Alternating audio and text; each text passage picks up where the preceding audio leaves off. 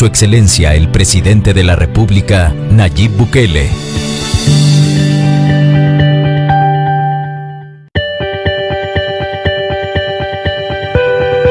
Transmite el Gobierno de El Salvador. Todos los canales y emisoras deben enlazarse a la cadena nacional de radio y televisión. A continuación se dirigirá al país Su Excelencia el Presidente de la República, Nayib Bukele.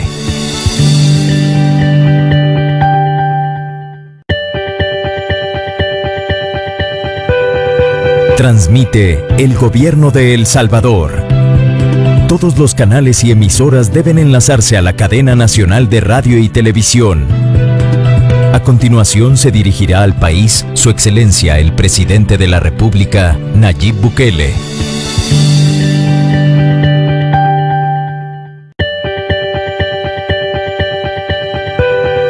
Transmite el Gobierno de El Salvador. Todos los canales y emisoras deben enlazarse a la cadena nacional de radio y televisión. A continuación se dirigirá al país Su Excelencia el Presidente de la República, Nayib Bukele.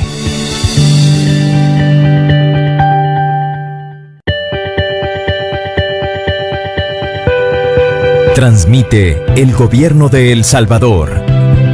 Todos los canales y emisoras deben enlazarse a la cadena nacional de radio y televisión. A continuación se dirigirá al país Su Excelencia el Presidente de la República, Nayib Bukele.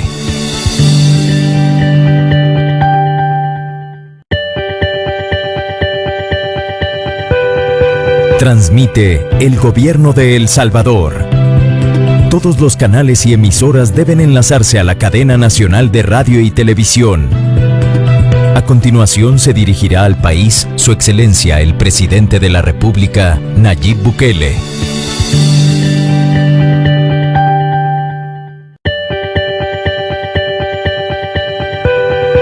Transmite el Gobierno de El Salvador. Todos los canales y emisoras deben enlazarse a... Se dirige a la nación el Presidente de la República, Nayib Bukele. Pueden tomar asiento, por favor, muchas gracias. Buenas noches a todo el pueblo salvadoreño, bienvenidos a esta cadena nacional de radio y televisión. Muchas gracias por permitirnos llegar hasta su casa, en sus televisores, en sus computadoras, en sus tablets, en sus celulares, de donde nos están viendo. En primer lugar, quiero decir que este día tuvimos una víctima más del COVID-19. Quiero enviar un pésame a su familia, a su esposa. Un hombre de 56 años. Ayer tuvimos un miembro de la Fuerza Armada también que falleció, víctima del COVID-19. Y eso nos dice de que nadie realmente está a salvo de la enfermedad. Al principio se pensó que solo afectaba a adultos mayores, luego se pensó que solo afectaba a personas que tenían otras enfermedades paralelas a esa enfermedad. Ahora nos hemos dado cuenta que afecta a jóvenes, a viejos, a niños. Tuvimos una víctima de 4 años en El Salvador, y en el mundo han habido víctimas menores incluso. Afecta a mujeres, a hombres, a ricos, a pobres, afecta a todos por igual. Se dijo también que en el calor iba a morir el virus y no iba a afectar tanto como en el frío, y ya se demostró todo, y que no tiene nada que ver, es que incluso las condiciones de calor y humedad juntas, como el caso de nuestro país, pues hacen más virulenta todavía la enfermedad. Creo que es importante que tengamos un poco de conciencia de lo que está pasando en nuestro país, de a dónde vamos si no hacemos nada. El día de ayer, hoy en la mañana, en la madrugada, la Asamblea Legislativa aprobó un decreto necesario donde nos da más fortaleza y robustez para tomar medidas para proteger a la población salvadoreña de la pandemia. Y a la vez se aprobó también unos decretos económicos que ayudarán a paliar un poquito las dificultades que han tenido nuestras microempresas, las pequeñas empresas, las medianas empresas y los trabajadores de esas empresas también. Quiero desmentir además el rumor de que se iba a hacer un cierre total del país, es totalmente falso. También el rumor de que se va a hacer un toque de queda, no hay toques de queda en El Salvador. Los hay en países vecinos como Guatemala y Honduras, pero no en El Salvador. También quiero desmentir que vaya a haber ley seca, no hay ley seca en El Salvador. Y también quería desmentir que tampoco vamos a tener que no se pudiera comprar comida o que no se pudiera comprar alimentos. Lo que sí vamos a hacer son algunas restricciones para que se cumpla la cuarentena como se debe de hacer, y vamos a endurecer algunas de esas restricciones para el bien de todos, pero en ningún momento para que a nadie le falte el alimento, los medicamentos, o hacer toques de queda o cierres totales del país, que son, pues obviamente, no ese ha sido el objetivo, y lamento mucho que haya habido una campaña sucia detrás, tratando de detener las cosas que nuestro país necesita. Al final de cuentas, lo que estamos haciendo no es a gusto de nadie. Yo creo que no hay ningún presidente en el mundo que quiera tener a su población encerrada en la casa. Simple y sencillamente es la mejor forma de combatir el virus, es quedándonos en casa. Todas las medidas adicionales, como el distanciamiento social, el uso de mascarillas, ahorita no lo estoy utilizando para que poderme dirigir a la nación, pero como pueden ver todas las están utilizando, y así debe de ser, sobre todo cuando hay más gente. Pero incluso estas medidas de distanciamiento social, las mascarillas no son suficientes. La única medida suficientemente segura es quedándose en casa. Esa es la única.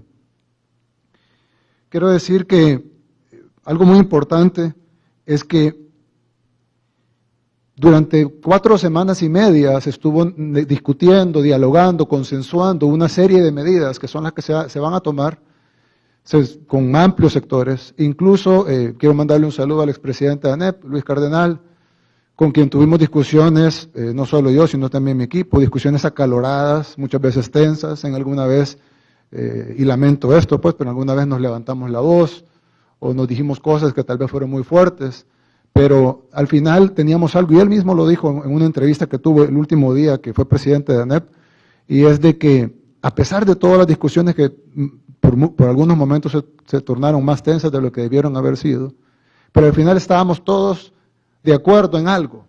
Estábamos totalmente opuestos en 1000 cosas, pero estábamos totalmente de acuerdo en algo, y es que queríamos lo mejor para el país. Y ese núcleo era lo que nos mantenía alrededor de tener que lograr un consenso.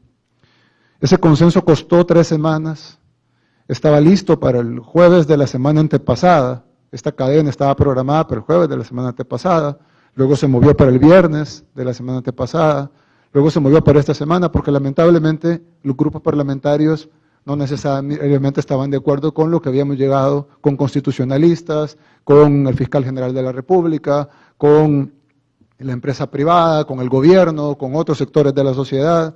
Y habíamos hecho esto, que creemos que no es perfecto porque perfecto es solo Dios, pero es muy bueno y va a funcionar si lo respetamos y si lo hacemos.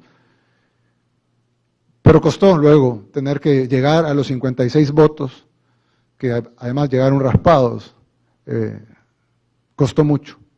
Y alguna gente critica el diálogo, y yo entiendo, para mí sería mucho más fácil pelear, pero yo creo, y lo dije hoy, se lo dije hoy al alcalde de San Salvador, es tiempo de poner en pausa, y lo dije en la primera cadena que tuvimos hace ya 2 meses casi, es momento de poner en pausa todos los pleitos políticos, digo en pausa porque estoy seguro que en el futuro lo sabrán, pero que en este momento nos enfoquemos única y exclusivamente en sacar adelante a nuestro país y que la mínima cantidad de salvadoreños mueran.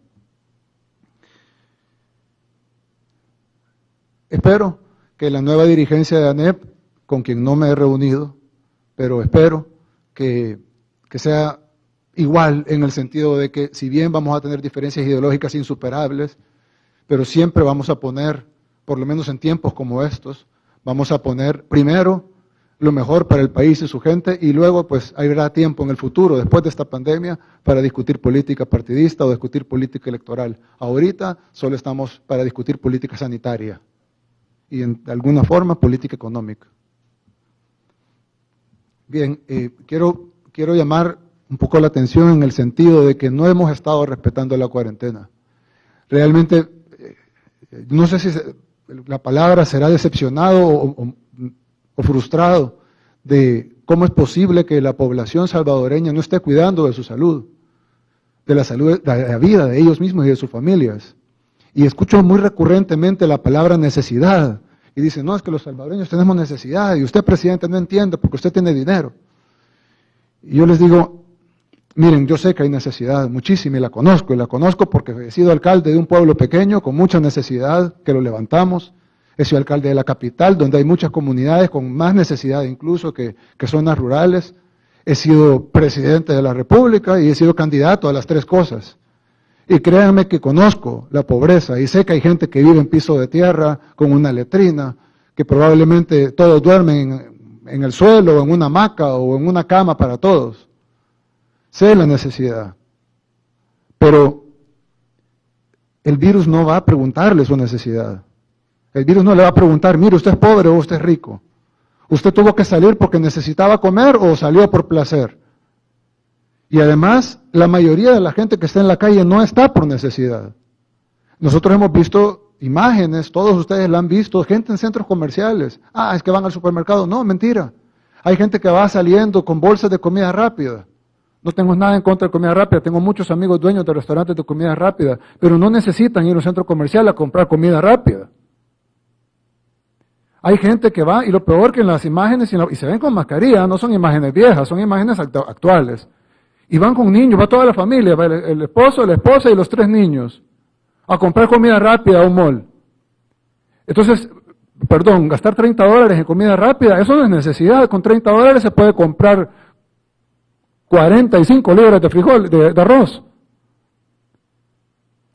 Se compra un almuerzo de comida rápida, lo cual tiene derecho, pero y ni siquiera va una persona a comprarla, va toda la familia. Se ven los parqueos llenos de los centros comerciales, las calles llenas. ¿Acaso la necesidad cambió? ¿Acaso alguien que tiene un carro de lujo tiene que andar en la calle para comprar algo? Es decir, ahí hay imágenes que estamos viendo, miren esa cantidad de carros, realmente esa cantidad de carros, esa cantidad de gente, todos es por necesidad, algunos pues estarán, como ellos 2 tal vez están esperando un bus, pero hay gente tomando una fotografía, realmente necesitamos tomar fotografías, dormir en la calle, comprar chancletas, platicar con los amigos, car wash, necesitamos estar lavando el carro. ¿Alguien necesita lavar el carro ahorita, estar en el celular, cortándose el pelo, comprando ropa? ¿Alguien necesita comprar ropa? ¿Para qué? ¿Para salir? ¿Para que le vean la ropa nueva? ¿En tiempos de pandemia? Y el problema va a ser, y esta no es gente mala, es gente buena, son salvadoreños honrados, trabajadores, que están en la calle. Yo no estoy en contra de ellos, es la gente por la que trabajo, la gente por la que nos hemos desvelado todos los días. Hoy ni siquiera me desvelé, hoy prácticamente nos fuimos corridos porque la plenaria terminó a las 4 de la mañana y luego nos quedamos comentando la plenaria y luego se hizo de día y pues ya tocó trabajar. Hemos estado trabajando por ellos mismos. No es un reproche a su trabajo, no es un reproche a los cargos, no es un reproche a la gente que tiene una barbería que trabaja honrada para ganarse el pan con el sudor de su frente, al contrario. Un aplauso a ellos. Pero está llevando la muerte a su casa. Porque lo que va a pasar es que probablemente el barbero tiene COVID y llega alguien a cortarse el pelo, porque quiere cortarse el pelo, tal vez lo tenía muy largo, y luego va a ir a su casa y va a contagiar a su familia. Y cuando esté muriendo y cuando no tenga aire, no le va a decir a la enfermedad, COVID, detente, yo tengo necesidad, yo tenía que cortarme el pelo. Yo solo salí un ratito, así que no me mates o no me quites el aire. O cuando el ventilador no sea suficiente, no tengamos suficientes ventiladores, va a decir, no, pero no hay problema porque yo salí con una justificación. O el gobierno no sabe mi necesidad, o tengo que pagar, en el caso del barbero, tengo que pagar el alquiler de la barbería o el recibo de energía eléctrica, o tengo cuentas que pagar. No es que nadie está discutiendo con nadie la necesidad de lo que dice, o la verdad. Nadie está discutiendo con nadie eso. El punto es, ¿usted cree que la enfermedad lo va a perdonar por eso? ¿Usted cree que la enfermedad le va a decir, sí, tiene razón, usted salió por necesidad? Usted salió porque ya no aguantaba el encierro. Usted salió porque tenía que ir a comprar comida. Dicen, es que si no me muero de COVID, me muero de hambre. Todas las personas que salen, usted, amigo que nos está viendo, cuando ha salido, todas las veces que ha salido por hambre. Hágase una pregunta usted mismo, si la respuesta es sí, ha salido por hambre, ok, ignore lo que le estoy diciendo. Si salió por hambre, olvídese, ahí tiene toda la razón. Pero todos salieron por hambre. Todas las veces que usted salió por hambre. Cuando va a la casa de un amigo, de un vecino, a una fiesta, fue por hambre. Cuando salió a emborracharse, salió por hambre. Cuando salieron así a comprar sandalias o comprar ropa, leggings, ¿eran necesarios? Sí, por hambre. Tal vez el que los vendía, pero no creo que el que los compraba. Entonces, Alguien va a decir, uy, qué pesado el presidente, qué mala gente se ha hecho el presidente.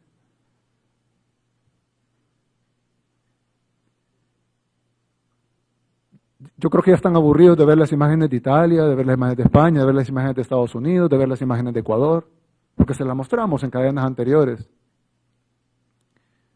Quiero mostrarles otras imágenes de México. No habían visto imágenes de México, creo.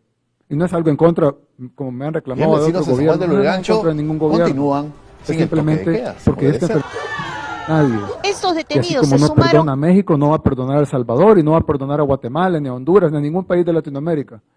Si tienen el video de México, por favor. Este es un video de un hospital en México. Al ser intervenidos No, perdón, horas antes del toque de video. queda, al estar en la calle sin documentos. La situación de Ecuador va a castigar con cárcel a los contagiados con este brote que violaron o violen la cuarentena. Ha sido la ministra del Interior de ese país la que ha anunciado. Si pueden volver a poner el video del inicio, por favor. Que esas personas. Bien, vecinos en San Juan del Lurigancho continúan sin el toque de queda, sin obedecer. Estos detenidos se sumaron a las 200. Sí, a las 200 personas, entre hombres y mujeres, que llenaron la canchita de fútbol de la comisaría Santa Elizabeth al ser intervenidos horas antes del toque de queda, al estar en la calle sin documentos. La situación de Ecuador va a castigar con cárcel a los contagiados con este brote que violaron o violen la cuarentena. Ha sido la ministra del Interior de ese país la que ha anunciado esta medida, precisando que esas personas ya están identificadas.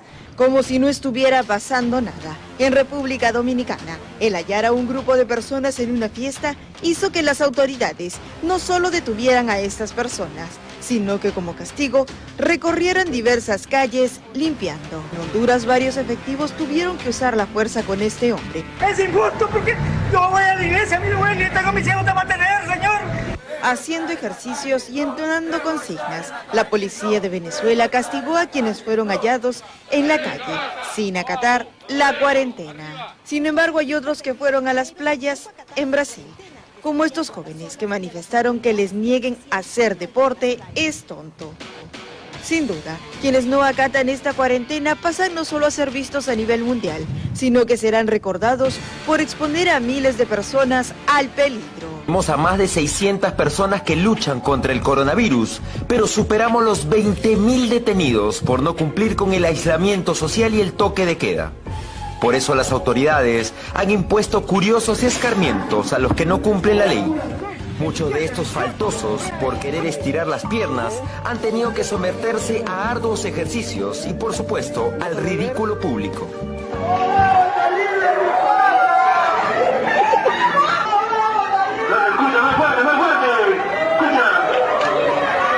Los ronderos de Tambo Grande fueron más allá y con chicote en mano dejaron tatuada la lección que el aislamiento social es obligatorio. Seguimos recibiendo videos muy dramáticos de lo que pasó esta tarde en el Hospital de las Américas en Ecatepec, Estado de México, ante la incursión de familiares que, argumentando que no les daban informes de sus familiares, pues dieron portazo y entraron. Compartan, vean, aquí los están matando a todos en las Américas, ¿eh? Los están matando, eso no es justo, eso no es justo. Ayer estaba bien, ese güey no hablé con él, no. Todos los que tienen aquí, a todos, mire, arrumbados, compartan, todos los que tienen arrumbados.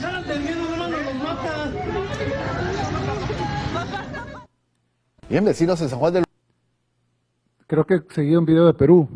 Por favor, si pueden poner el video de Perú. Este video de Perú, bien. El último video que vieron fue de México, de un hospital en el Estado de México, en donde los familiares querían información de sus seres queridos. Pues evidentemente el caos que había ahí no es el culpa del gobierno o culpa del hospital, simplemente es culpa de que se sobresaturó, de que el sistema colapsó. Los familiares entraron a la fuerza y luego se encontraron con todos los cadáveres adentro. Y el sistema de salud de México es inferior al nuestro. Tenemos más capacidad nosotros, tenemos más recursos, tenemos más dinero. ¿Qué va a pasar cuando tengamos el nivel de avance del coronavirus que tiene México, lo tengamos nosotros? Entonces vamos a querer saber cómo están nuestros familiares adentro del hospital. Vamos a querer entrar a la fuerza. porque no nos dan información, porque todos los doctores y los enfermeros y las enfermeras están atendiendo a los que todavía se pueden salvar. ¿Y qué va a pasar cuando rebalsen las morgues, como está pasando en Perú? Lástima que no estaba el video, es de una morgue rebalsada.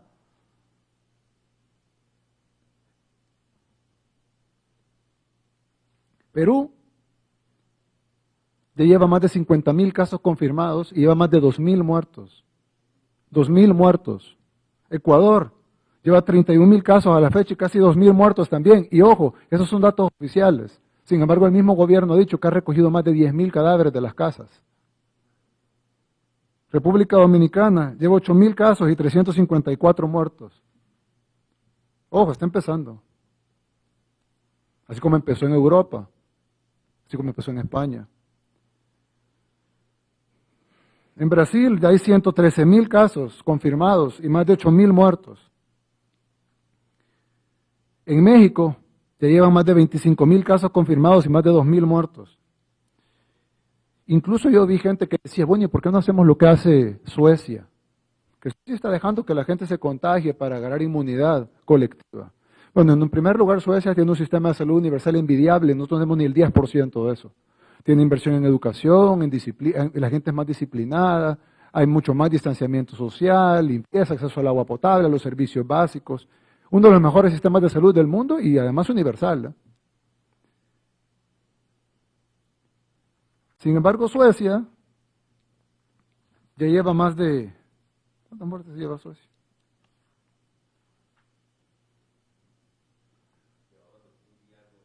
Llevaba 2.000...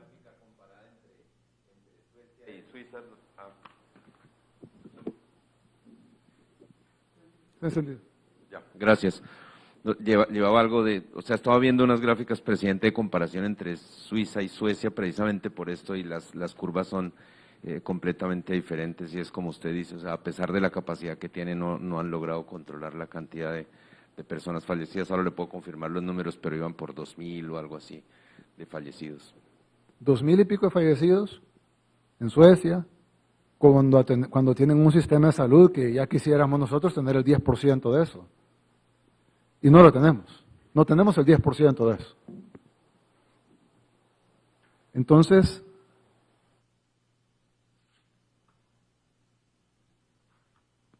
¿qué es lo que puede pasar aquí en El Salvador? ¿Qué es lo que está pasando?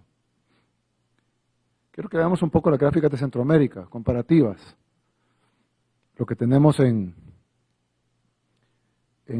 Guatemala, en Honduras. Ahí está. Tenemos los muertos. Las muertes en Panamá, que son las más altas.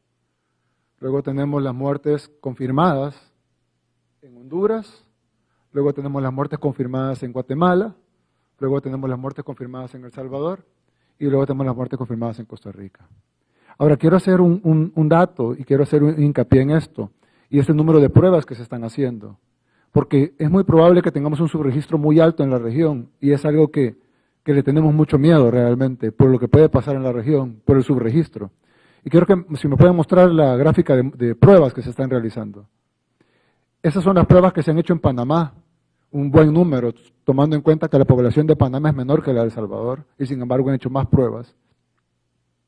Luego las pruebas de El Salvador, es la gráfica azul, la barra azul, son las pruebas que se han hecho en El Salvador. Ya subió, ya está arriba de 30.000. Con las de ayer. Luego están las gráficas de Costa Rica, las pruebas que hizo Costa Rica, las pruebas que ha hecho Guatemala y las pruebas que ha hecho Honduras.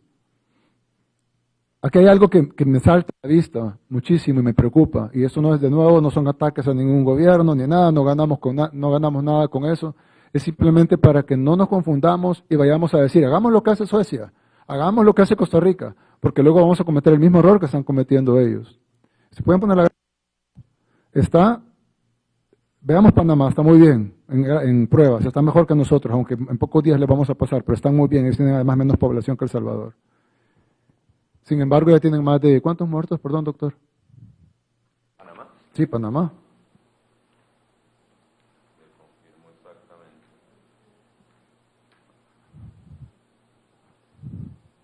Panamá tiene 7.400 casos y Panamá tiene 7.200 casos y tiene 203 fallecidos. Es decir, sí tienen un poco más de pruebas que nosotros, pero tiene 14 veces más casos que nosotros y tiene 17 veces más fallecidos que nosotros. Pero acá hay un punto que quiero resaltar, y es Costa Rica, Guatemala y Honduras. Honduras hacía 100 pruebas diarias hasta hace unos días y tenían un aproximado de 30 casos nuevos cada día. Subieron a 300 pruebas diarias por día y están teniendo 100 casos nuevos diarios. Es decir, si hicieran el número que hace El Salvador, probablemente pasaran a tener 500 a 600 casos nuevos diarios, si hicieran el número de pruebas que se hacen aquí. Entonces el subregistro de casos, Costa Rica, por ejemplo, Costa Rica empezó a hacer una cantidad de pruebas excelente. De hecho, dicen que la capacidad de Costa Rica es de 2.500. Sin embargo, últimamente está haciendo 160 pruebas, 130 pruebas. Yo digo, ¿por qué no hacen las 2.500? Ellos tendrán su razón, son un país soberano y tomarán sus decisiones y sabrán cómo llevan su respuesta a la pandemia. Pero si nosotros en lugar de hacer 1.600 pruebas hiciéramos 160, pues en lugar de tener los 32 casos de ayer hubiéramos tenido 3. Y entonces dijéramos, solo son 3 casos, ya bajamos la curva, ya estamos bien, hay más curados que casos nuevos. Hay menos casos activos que casos recuperados. Claro, si estamos haciendo menos pruebas. Pero ese es pan para hoy, hambre para mañana, porque lo que está pasando es que no van a encontrar los casos, no van a aislarlos, no van a aislar los nexos, y qué va a pasar cuando se rebalse. Y eso también genera un subregistro en los muertos, porque cuando llega un paciente rápido a un hospital y fallece de neumonía o de paro respiratorio, de paro cardiovascular, o de insuficiencia renal aguda combinado con paro respiratorio, se registra así si no se ha hecho prueba de COVID. Pero si se le hace prueba de COVID y resulta positivo antes de que fallezca, se le pone fallecido por COVID. Nadie hace pruebas, o pocos hacen pruebas a los cadáveres, y por lo tanto se puede dar un subregistro. Sobre el tema de subregistros, el New York Times hizo un estudio. Si pueden poner la gráfica del estudio que hizo el New York Times sobre los subregistros que se están haciendo en el mundo.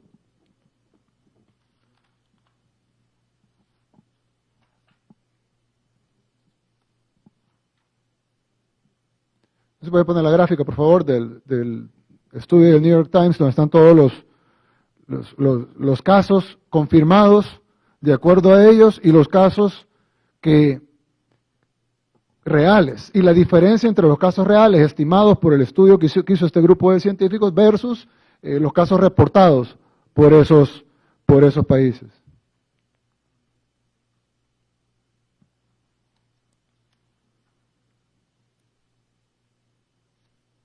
¿La tienen?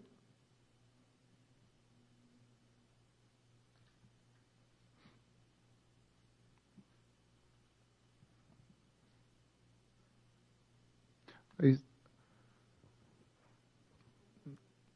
No, esta no es, esta es la muerte confirmada. Igual podemos hablar de esta que es importante. Estos son las muertes confirmadas por cada 1.000.000 de habitantes. Porque hay gente que dice, bueno, pero probablemente hay países que tienen más muertos, pero es porque tienen más población. Entonces veamos la cantidad de muertos confirmados por cada 1.000.000 de habitantes, la cual pues nos da una proporcionalidad.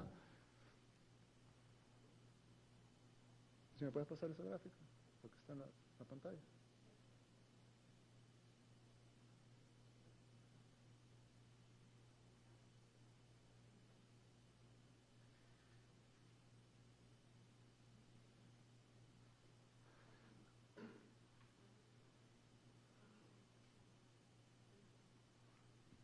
Bien, ahí pueden ver las muertes totales reportadas por cada país y su proporción de acuerdo a cada 1.000.000 de habitantes. El Salvador tiene 6.5 millones, agarre el número que quiere y multiplícalo por 6.5 y eso equivaldría a la cantidad de muertes en El Salvador. Países como Bélgica, por ejemplo, que son países que admiramos nosotros, países que nosotros decimos quisiéramos ser un país como Bélgica, que tiene una seguridad social como la de Bélgica, que tiene niveles educativos, que tiene inversión en salud como la de Bélgica. Bélgica es el segundo país con más muertes per cápita del mundo.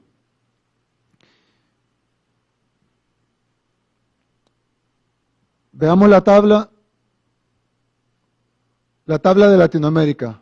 Muertes confirmadas por millón de habitantes ocasionadas por el COVID-19 en Latinoamérica. Ahí está, por cada millón en Ecuador, por cada millón en Panamá, por cada millón en Perú, por cada millón en Brasil. Ahora multiplica eso por la cantidad de millones de habitantes que tiene Brasil, por cada millón en República Dominicana.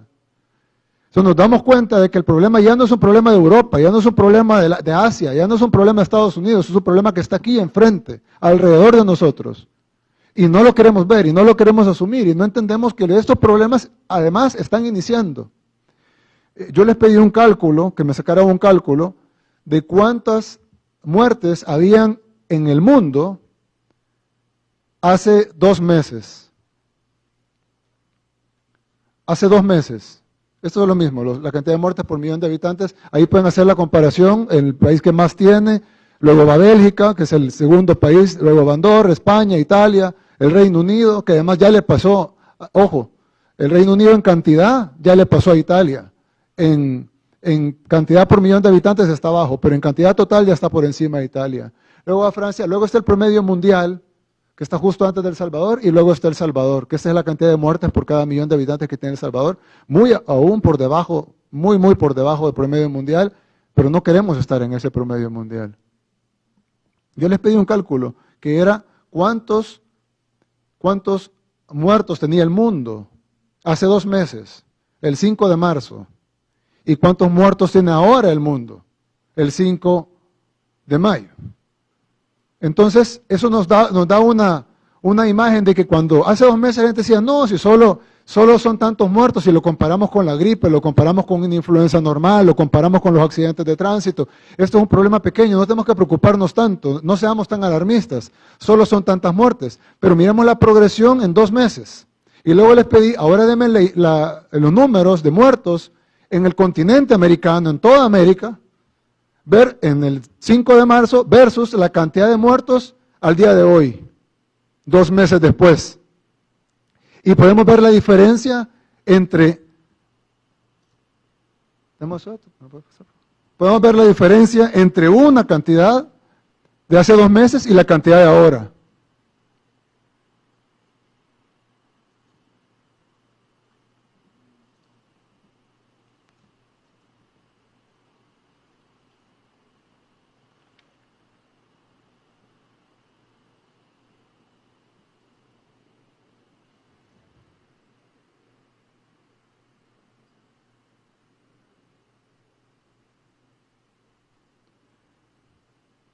Eso es el 5. Bueno, el 5 de marzo habían 11 muertos en el continente americano. 11 muertos. El 5 de mayo, 2 meses después, solo 60 días de diferencia, hay 87,000 muertos. Pasamos de 11 a 87,000 en 2 meses. Entonces ahora pregúntense cuánto va a pasar en 2 meses más. Si la progresión es exponencial, geométrica o aritmética, la que usted quiera, pero pasamos de 11 muertos hace 2 meses a 87,000 muertos en el continente americano ahora. Ahora hagamos la proyección, la que usted quiera, la puede hacer aritmética, la puede hacer, algunos dicen exponencial, otra la puede hacer geométrica, logarítmica, como usted quiera. Ponga la proyección que quiera. ¿Cómo estaremos dentro de 2 meses en el continente americano? Y eso es lo que me preocupa. Y ahora les quiero explicar qué es lo que está pasando más en El Salvador. Si me van a poner la presentación que tengo aquí, por favor. Si ustedes ven, esto ya se lo he explicado de la fase 2, no se preocupen, no lo voy a explicar de nuevo. Ya lo han visto antes. El problema es el siguiente. Con el EISA encontramos los casos. María, José, Pedro, ya está meme de Pedro. Y cada uno tiene sus nexos. Vamos a hacer los de José para que no la agarren con Pedro.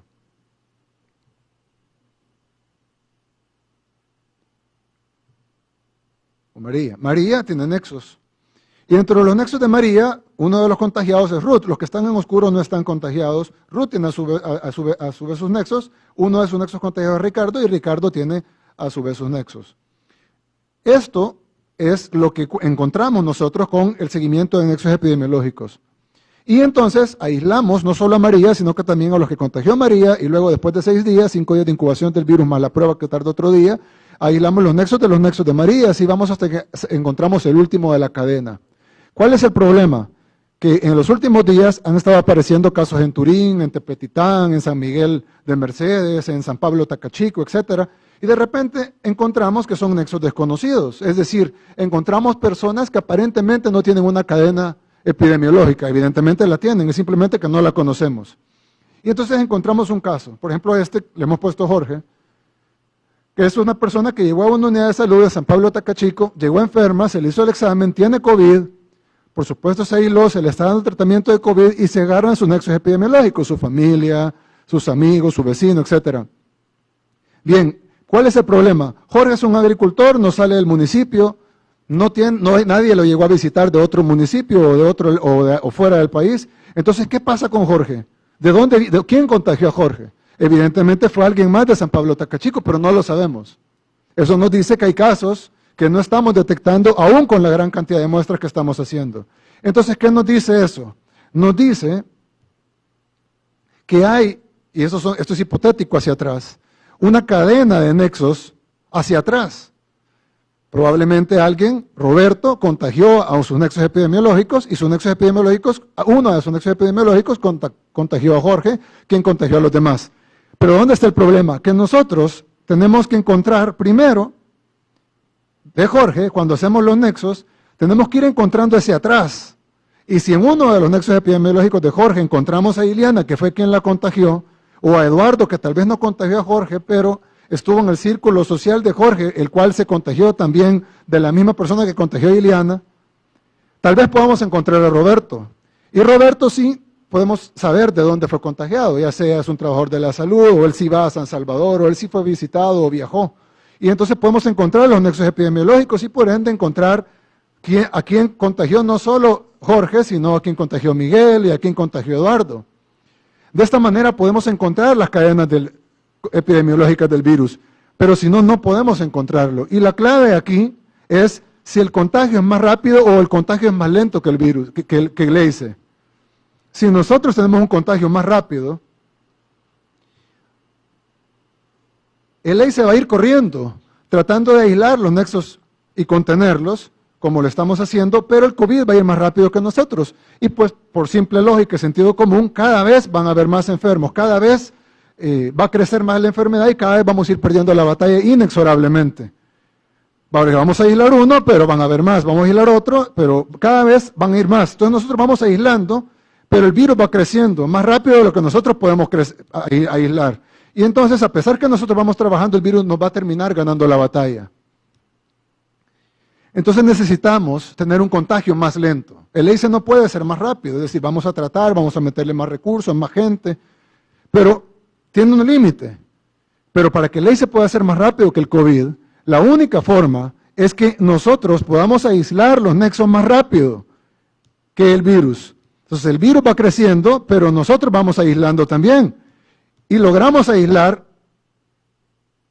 a todos antes de que el virus crezca. Si lográramos esto, el virus se detiene en El Salvador.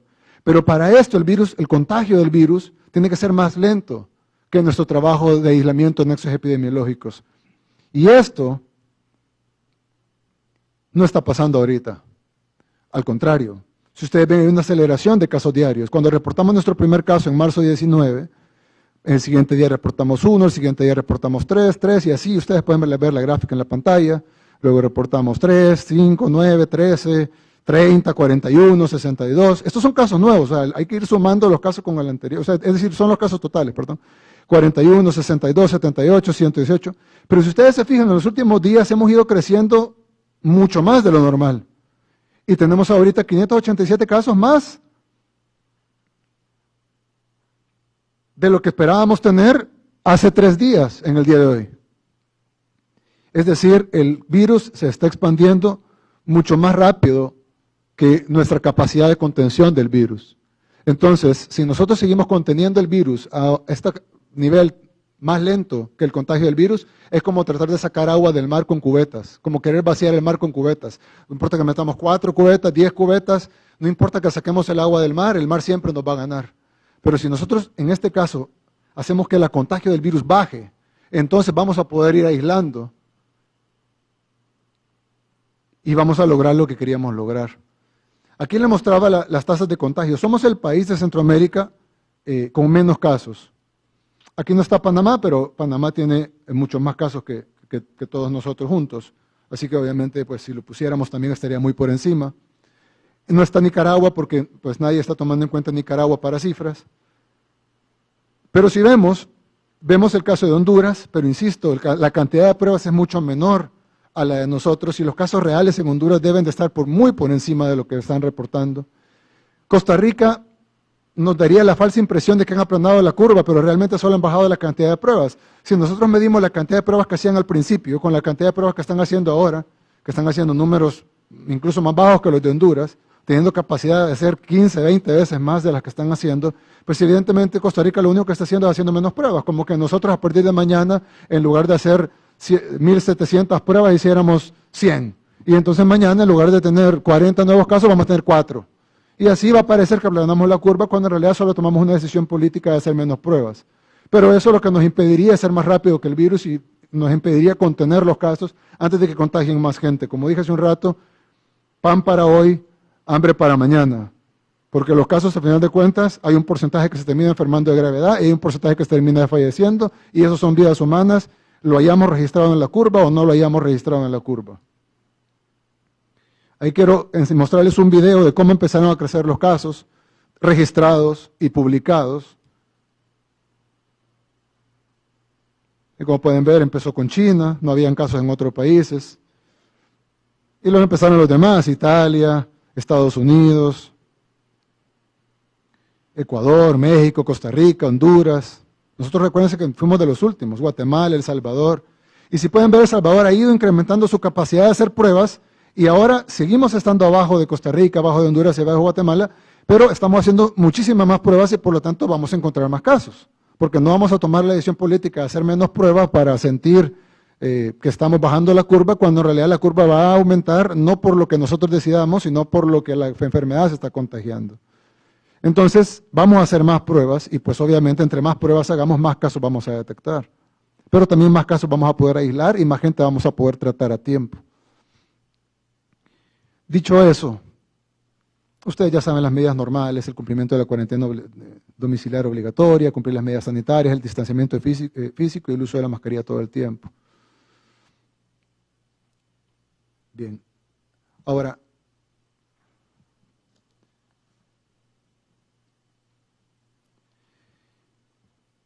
estamos haciendo lo más que podemos como gobierno, no solo en el aislamiento de los casos. Hay gente que dice, ¿por qué se tardan tanto en el hospital de Cifco? Ya debería estar listo. Como si construir el hospital más grande de Latinoamérica se pudiera hacer de un solo. Sin embargo, hemos construido hospitales temporales, hemos habilitado hospitales anteriores, estamos remodelando toda la red de hospitales públicos, toda. Nunca en la historia de El Salvador se había remodelado toda la red de hospitales públicos. Tienen las fotografías. Estamos remodelando toda la red de hospitales públicos, todita. Ahí estuvo. Hemos remodelado todo. Y lo que no está remodelado aún, se está remodelando. Y estamos cambiando pisos, techos, paredes, haciendo áreas especiales, aislando áreas, aislando las UCIs. Habían UCIs que el aire acondicionado reciclaba el mismo aire interno.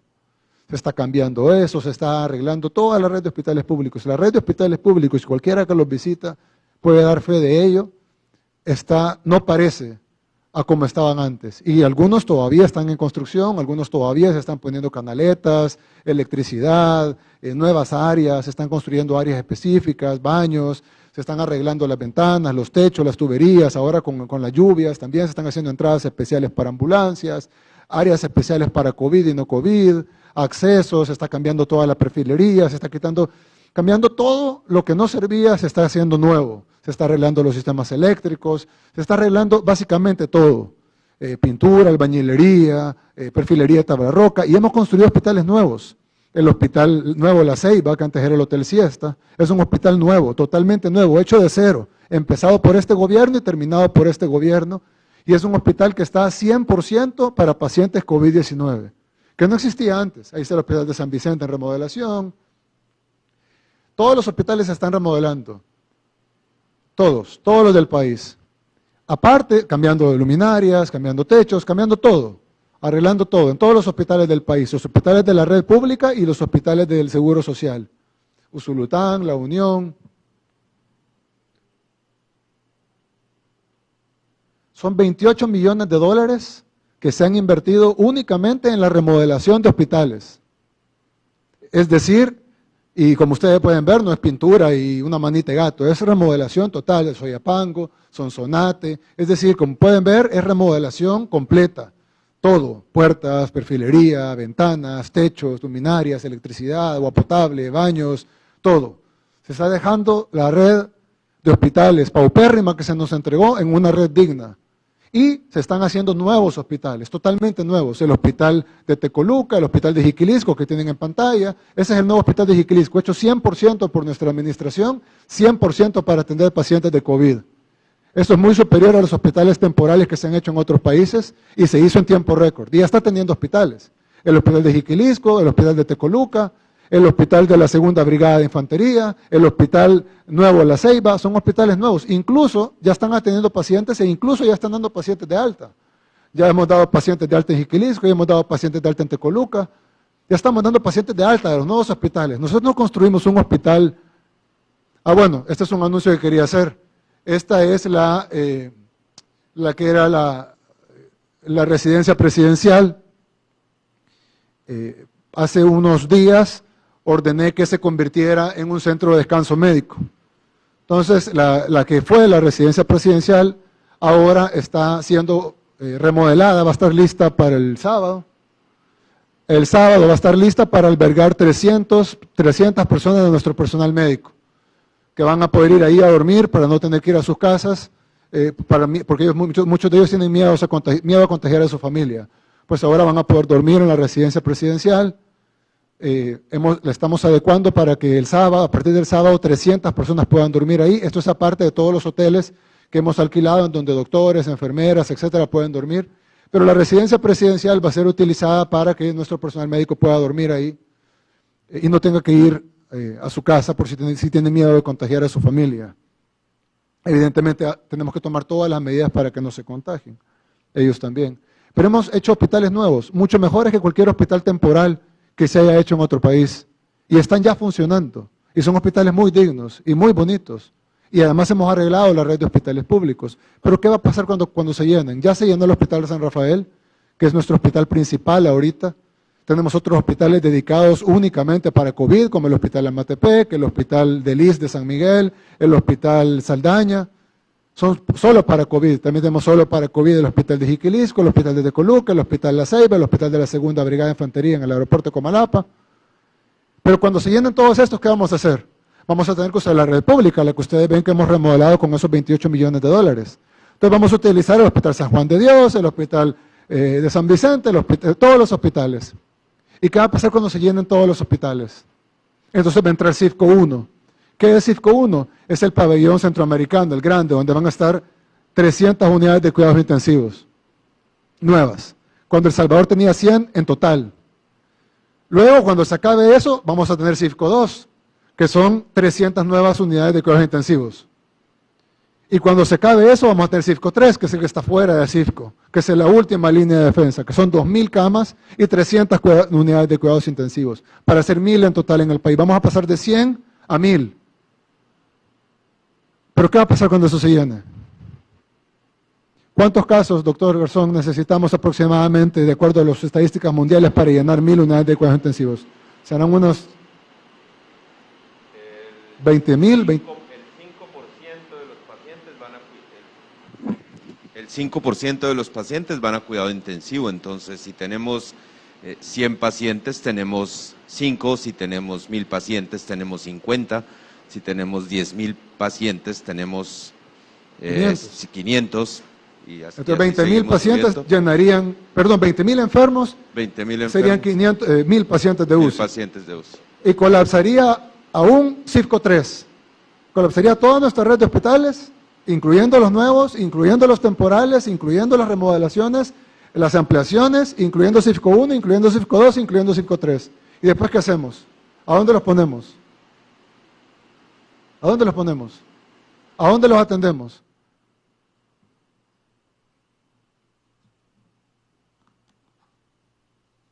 Es por eso que hemos decidido tomar nuevas medidas.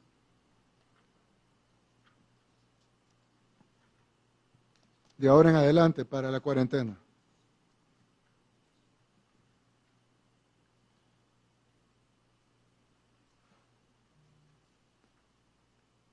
Bien, en primer lugar, de ahora en adelante, con toda facultad legal, si usted rompe la cuarentena, va a ser conducido a un lugar donde la va a examinar un médico, y si ese médico determina que usted ha estado expuesto a un posible contagio, será remitido a un centro de cuarentena.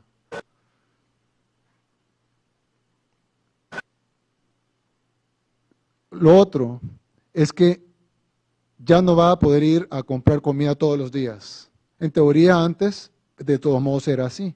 Pero es muy difícil para nuestra fuerza pública saber si estaba yendo a comprar comida o no estaba yendo a comprar comida, o si era la primera vez o si no era la primera vez. Entonces, de ahora en adelante solo va a poder ir 2 veces a la semana, de igual manera que antes. La diferencia es que ahora va a ser con el último número de su DUI.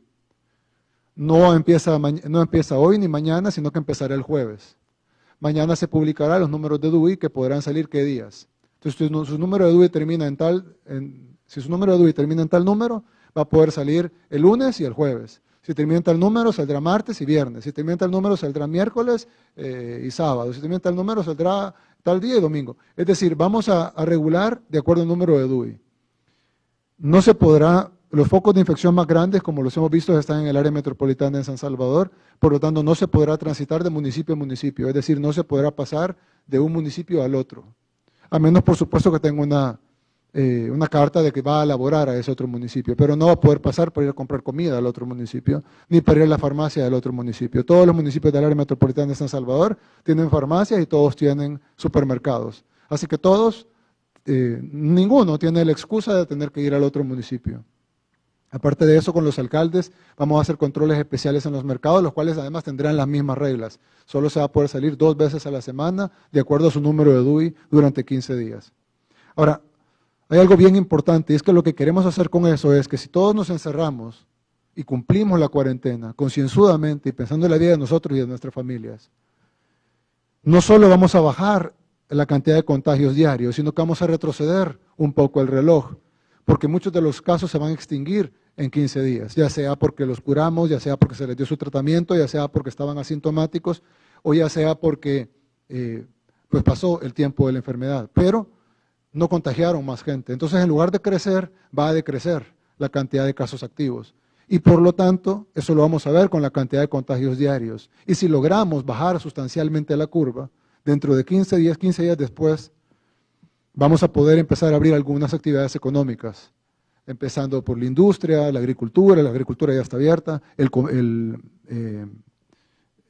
la construcción, luego podemos seguir con los servicios, luego con el comercio. Pero todo esto va a depender de cómo logramos bajar la curva. Es decir, si logramos bajarla lo suficiente, vamos a poder salir a trabajar, vamos a poder salir a abrir nuestros negocios, vamos a poder ir a hacer deporte, ir al trabajo. Pero si no, vamos a tener que endurecer más las medidas. Todo va a depender de nosotros mismos, no depende del gobierno, no depende de la presidencia, no depende de la Asamblea Legislativa, depende de ustedes, de que ustedes digan, me voy a quedar en la casa, voy a cumplir con las reglas que además de obligatorias son buenas para mí y para mi familia. Y si cumplo con esas reglas, no solo vamos a bajar la curva y vamos a evitar la muerte de sus seres queridos, que es lo más importante, sino que además vamos a lograr lo menos importante, que es poder reactivar nuestra economía.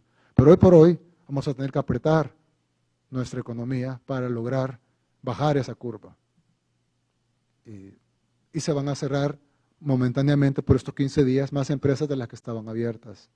No se va a permitir ningún tipo de industria que no sea farmacéutica, ya no se va a permitir tener restaurantes abiertos, ni siquiera para llevar, únicamente se permitirá a domicilio. Las farmacias también podrán entregar a domicilio, los supermercados. Los únicos establecimientos que pueden estar abiertos son las agencias bancarias, los supermercados y las farmacias y los puestos de venta de comida y de comida no para comer, sino para, perdón, comida de granos básicos y canasta básica, no comida servida, por supuesto, y medicamentos en los mercados, nada más. Todo lo demás tiene que estar cerrado. So pena de caer en desobediencia de particulares y eso es un delito penal. Si nosotros cumplimos todo esto, no salimos para comprar como vimos ahí o solo por romper la cuarentena o por ir a una fiesta, vamos a bajar la curva. Si no lo hacemos, no solo vamos a ponernos en riesgo a nosotros y a nuestra familia, así como oí a alguien en la televisión que dice, no me importa si me toca morir de algo. Bueno, ok, a usted no le importa, el problema es que usted se va a morir, pero no solo se va a morir usted, va a contagiar a otra gente que también se va a morir y esa gente no quería morirse como usted. Pero aparte de eso, no solo va a pasar que no vamos a poder salvar las vidas de los salvadoreños, que es la prioridad número 1, 2, 3, 4, 5, 6, 7, 8, 9 y 10, sino que además va a pasar otro 11 y 12 y 13, que es que no vamos a poder reactivar la economía. Y el gobierno y el Ministerio de Salud tiene toda la facultad para ordenar el cierre de cualquier tipo de negocio, si considera que es lo mejor para la salud del pueblo salvadoreño. Así que bajemos la curva para salvar la vida y la salud de todos. Pero si no le interesa su salud, por lo menos hágalo por la salud de los demás. Y si no le interesa la salud de los demás, pues entonces hágalo por su economía. Porque si no, no vamos a abrir los negocios. Lo que vamos a hacer es cerrarlos más. Necesitamos bajar la curva, necesitamos bajar los contagios. Y entonces vamos a salvar la vida, vamos a salvar la salud. No va a colapsar nuestro sistema de salud de por sí débil y pequeño. No va a lamentarse de sus decisiones. Pero aparte de todo eso, vamos a poder reactivar la economía poco a poco. Solo vamos a salir adelante de esto con solidaridad y trabajando en equipo. Si hay desavenencias políticas o las hubo, eso ahorita no debe importar. Y por eso hemos hecho un llamado a todos los alcaldes del país y un llamado a todos los políticos a que nos unamos y a que trabajemos en pro de nuestro país.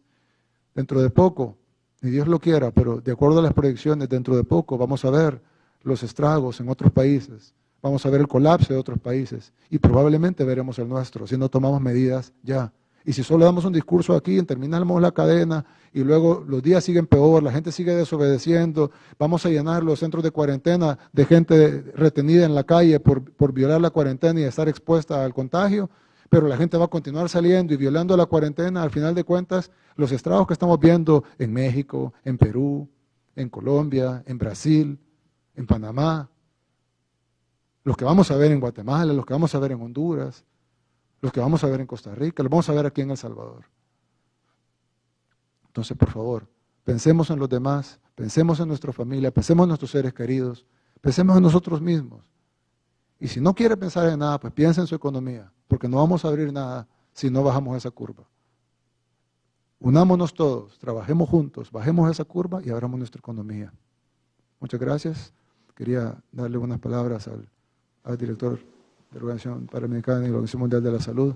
Doctor Garzón, por favor. Gracias, presidente. Creo que ha comentado los temas importantes. Solo quería resaltar este último, o dos puntos en realidad importantes. Uno, los números siguen creciendo en la región de las Américas de manera alarmante y eso no podemos dejarlo de tener en cuenta.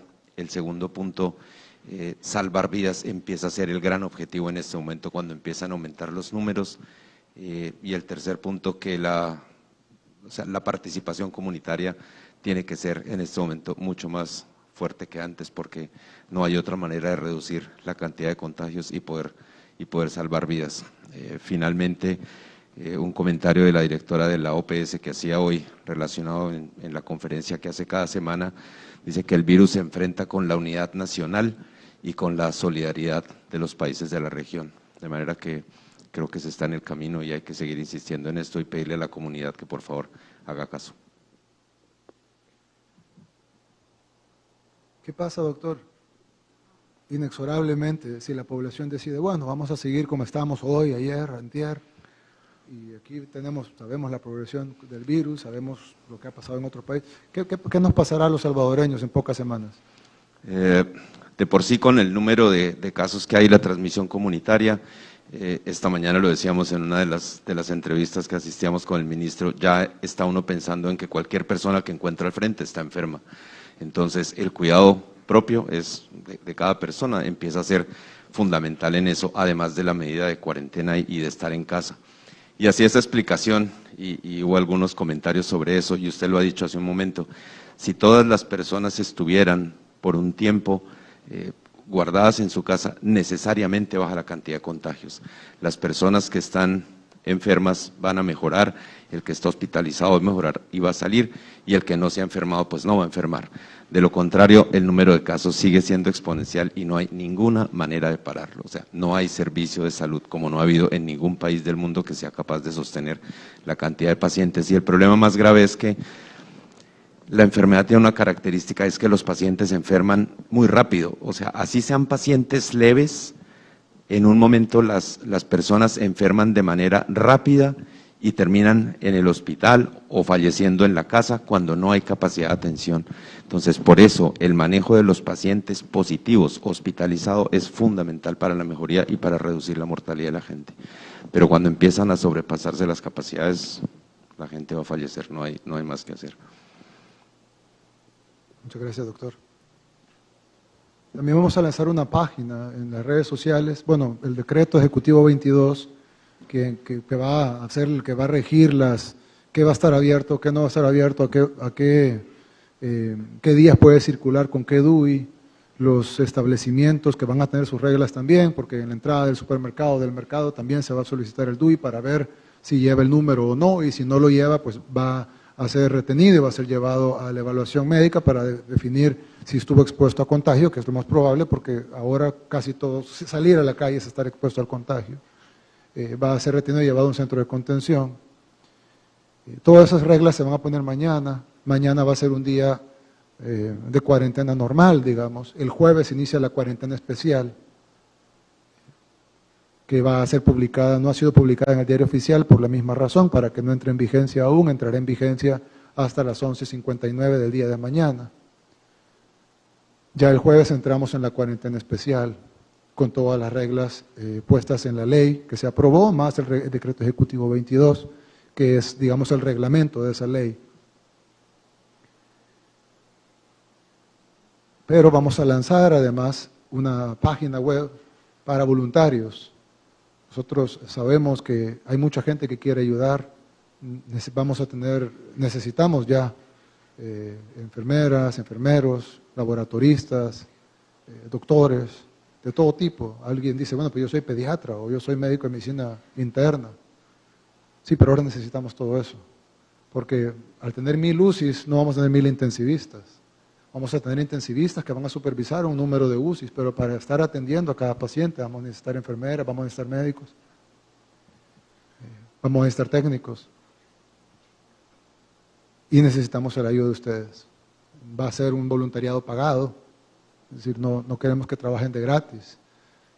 Gracias a Dios tenemos los fondos para pagar, pero sí queremos que sean gente que quiera ayudar y que tenga la capacidad para usar sus talentos y ayudarnos a poder salvar vidas de la gente que inexorablemente, hagamos lo que hagamos, se va a enfermar. Pero como dijo el doctor Garzón, si tenemos la capacidad hospitalaria suficiente para atender a la gente, podemos salvar a la mayoría de gente. Incluso en la UCI de San Rafael hemos salvado mucha gente. Ha fallecido gente, hoy falleció uno, pero hemos salvado más gente de la que ha fallecido en la UCI. Eso es un récord, incluso, de lo que se puede esperar, la prognosis que se puede esperar en una UCI. Pero eso es porque la UCI tiene espacio. Es porque la UCI tiene espacio. Pero ¿qué pasará cuando se llenen todas las UCIs? Y cuando se llenen todas las camas hospitalarias, la gente se va a quedar afuera a morir. Se va a morir en la cola, se va a morir en la acera, se va a morir en el pasillo del hospital, en la sala de espera, en su casa. Hay una imagen de